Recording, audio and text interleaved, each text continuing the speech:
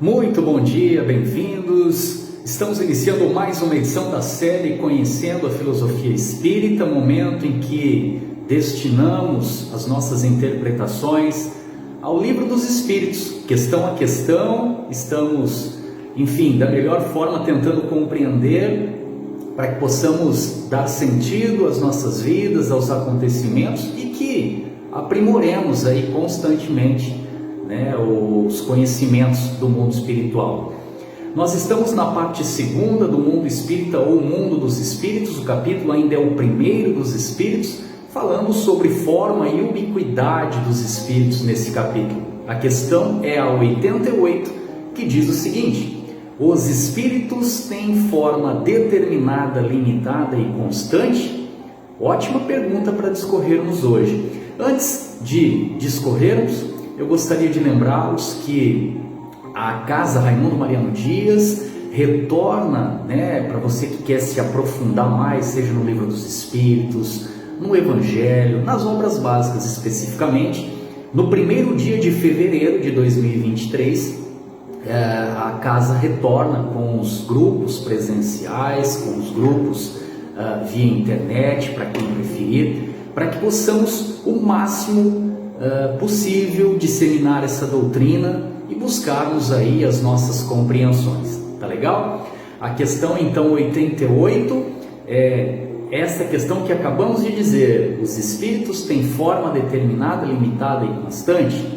Para vós, não. Para nós, sim.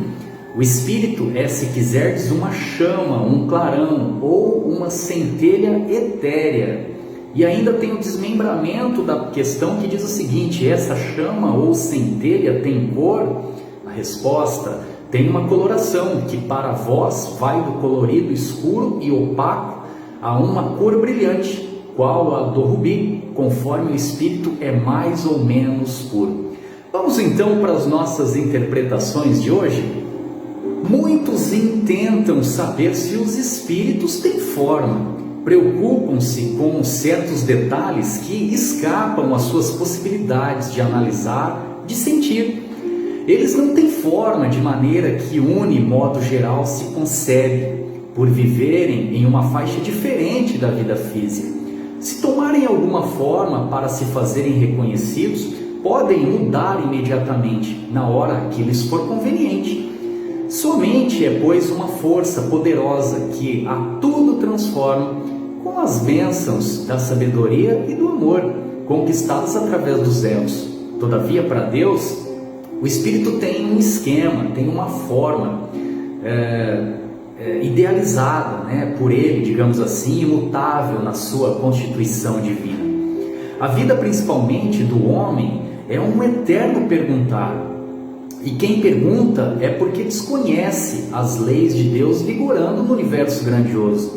Nas regiões superiores não se pergunta, há outro processo de aprendizado, por não existir ignorância, e quando se ouve a fala, é a do mestre, dentro da sua espontaneidade, de maneira que os ouvem, assimilam o que corresponde às suas necessidades.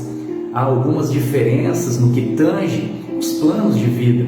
Certamente que os que vivem em regiões inferiores têm necessidades que são dispensadas nos planos elevados. Porém, todos caminham para a libertação espiritual. Há regiões no espaço em que habitam espíritos de formas grotescas, que tomam aparências de verdadeiros animais e vivem como tais. Os sentimentos lembram as formas, e eles passam a viver naquele reino, por vezes com as necessidades que convém àquela classe. A vida nos dá o que pedimos pela vivência na região em que estagiamos, e os homens na carne não escapam a essa lei. O espírito animalizado na carne não consegue transformá-la, no entanto, tem as aparências do reino em que vive e pensa. E a luz que nos circunda nos fala quem somos com clareza, pois é do ódio evangélico que ninguém engana a Deus. As leis do agem, onde quer que seja, com a plenitude de sua força, nos dando de acordo com o que somos fazemos e o que nós fazemos, o que nos fazendo, fazer o que conquistamos. A reencarnação é uma bênção para os espíritos inferiores, que eles próprios desconhecem. A carne é uma esponja absorvente das mazelas quando isso acontece.